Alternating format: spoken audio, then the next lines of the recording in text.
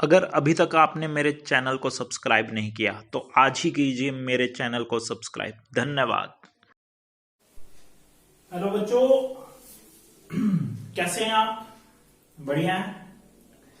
अच्छा बच्चों, आज का जो टॉपिक है हमारा बहुत ही इंपॉर्टेंट टॉपिक आप इसको बोल सकते हैं। इसके अंदर मैं जो आज आपको करवाऊंगा वो करवाऊंगा पार्टनर्स कैपिटल अकाउंट।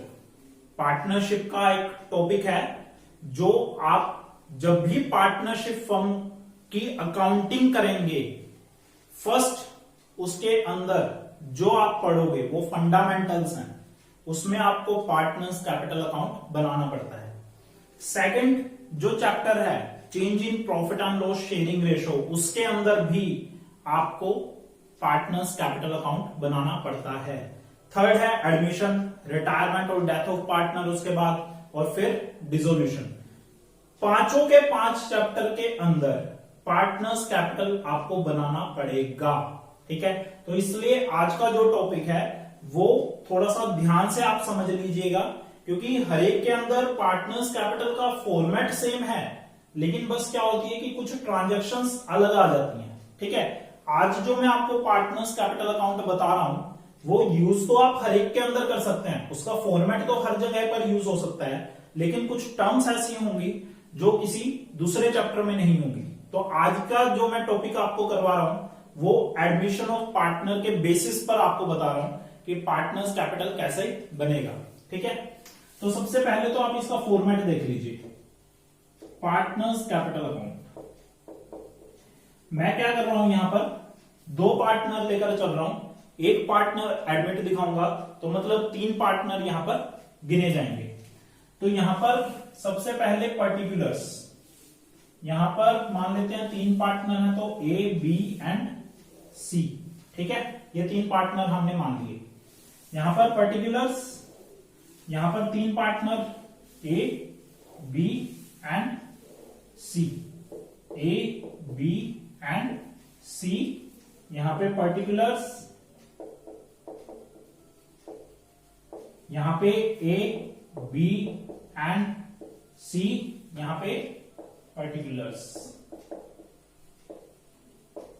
ठीक है जी, ये क्रेडिट साइड है एंड ये डेबिट साइड है। मतलब पार्टनर्स की अगर कैपिटल इंक्रीज होगी तो क्रेडिट साइड में लिख दूंगा, पार्टनर्स की कैपिटल अगर डिक्रीज होगी तो डेबिट साइड में लिख दूंगा। इंक्रीज कब होगी, या तो इसको रिजर्व का पैसा मिलेगा, या फिर इसको प्रॉफिट का पैसा मिलेगा, या फिर रिवैल्यूएशन अकाउंट से जो प्रॉफिट हुआ वो मिलेगा, या फिर इसकी खुद की जो कैपिटल है वो होगी, या फिर इसने कोई एडिशनल कैपिटल होगी वो लगाई होगी, या फिर इंटरेस्ट ऑन कैपिटल होगा वो होगा, या फिर जो नया पार्टनर गुडविल लेकर आता है उसका जो गुडविल का पार्ट इसको मिलेगा उसकी वजह से होगा। ठीक है, और डिक्रीज किसकी वजह से होती है? डिक्रीज होगी या तो इसने कोई ड्राइंग की है, या फिर इंटरेस्ट ऑन ड्राइंग है, या फिर कोई लॉस था, या फिर कोई डेफर्ड रेवेन्यू एक्सपेंडिचर था, या फिर रिवैल्यूएशन का लॉस था, या फिर कोई भी एसेट्स जो थी वो इसको मिल गई है।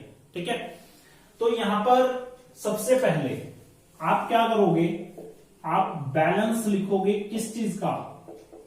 इनकी जो कैपिटल होगी ए और बी की, अभी तो ए और बी की। ठीक है, क्योंकि सी तो एक नया पार्टनर है तो अभी इसका नहीं लिखा जाएगा, क्योंकि बैलेंस आपको किसका गिवन होगा? ए और बी का, जो कि बैलेंस शीट में आपको दिया होगा, तो यहां पर लिख दिया जाएगा। अगर बैलेंस शीट में लायबिलिटी साइड है तो लिखना है यहां पर, अगर एसेट साइड है तो यहां पर लिखना है। ठीक है, उसके बाद अगर यहां पर रिजर्व है तो रिजर्व को बांट दो कौन सी रेशो में? ओल्ड रेशो में, general reserve. Workman compensation reserve treatment आपको बता चुका हूं, और जो आपके लिए यहां पर इन्वेस्टमेंट फ्लक्चुएशन फंड है उसकी भी ट्रीटमेंट मैं आपको बता चुका हूं। बाय प्रॉफिट एंड लॉस, अगर प्रॉफिट है तो, लॉस है तो लिख दो यहां पर टू प्रॉफिट एंड लॉस। ठीक है, उसके बाद अगर यहां पर कोई भी रिवैल्यूएशन अकाउंट जो इन्होंने बनाया था उससे प्रॉफिट आया उसको लिख दो यहां पर, अगर लॉस आया तो लिख दो यहां पर। ठीक है जी, आ गया।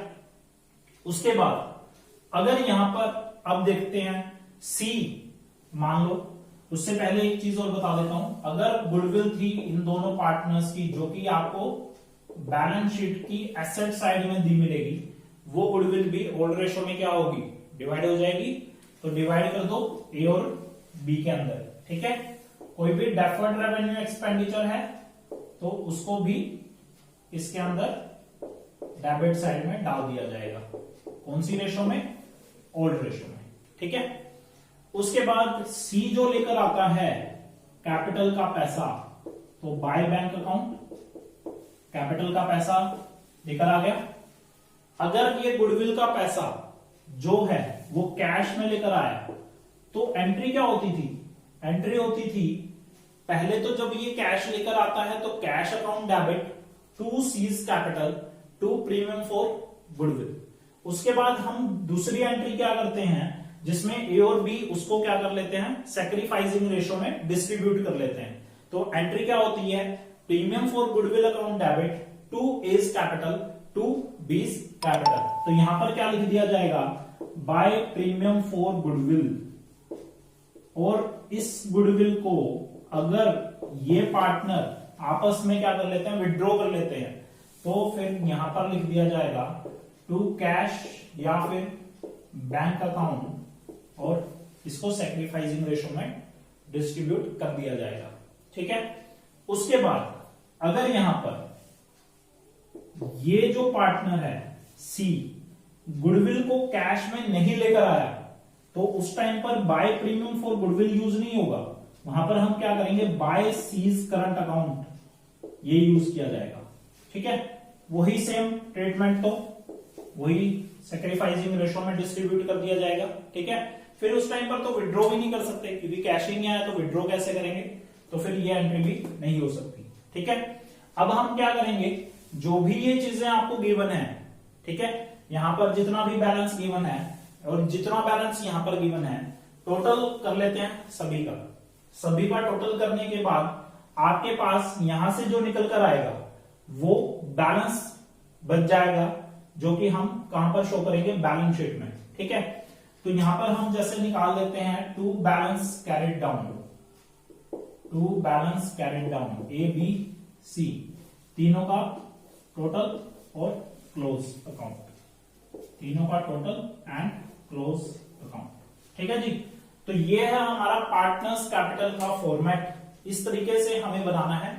एक एक चीज आपको ध्यान रखनी होगी, बिल्कुल प्रॉपर तरीके से उसको लिखना होगा। अगर कोई भी आप यहां पर गलती करते हैं या फिर किसी रेशो को गलत कर देते हैं, गलत रेशो में उसको डिस्ट्रीब्यूट कर देते हैं, तो क्वेश्चन पूरा का पूरा गलत हो जाएगा। पार्टनर्स कैपिटल जो है वो आती है, जो भी आपका 8 मार्क्स का क्वेश्चन आता है, 12th क्लास वालों के लिए बता रहा हूं, जो भी 8 मार्क्स का क्वेश्चन आता है तो उसके अंदर आपको रिवैल्यूएशन अकाउंट जो मैंने लास्ट वीडियो में आपको बताया था, सेकंड पार्टनर्स कैपिटल अकाउंट जो मैंने आपको अब बता दिया है, गुडविल की जो ट्रीटमेंट होती है ये वो भी मैं आपको बता चुका हूं, लास्ट बैलेंस शीट बनती है।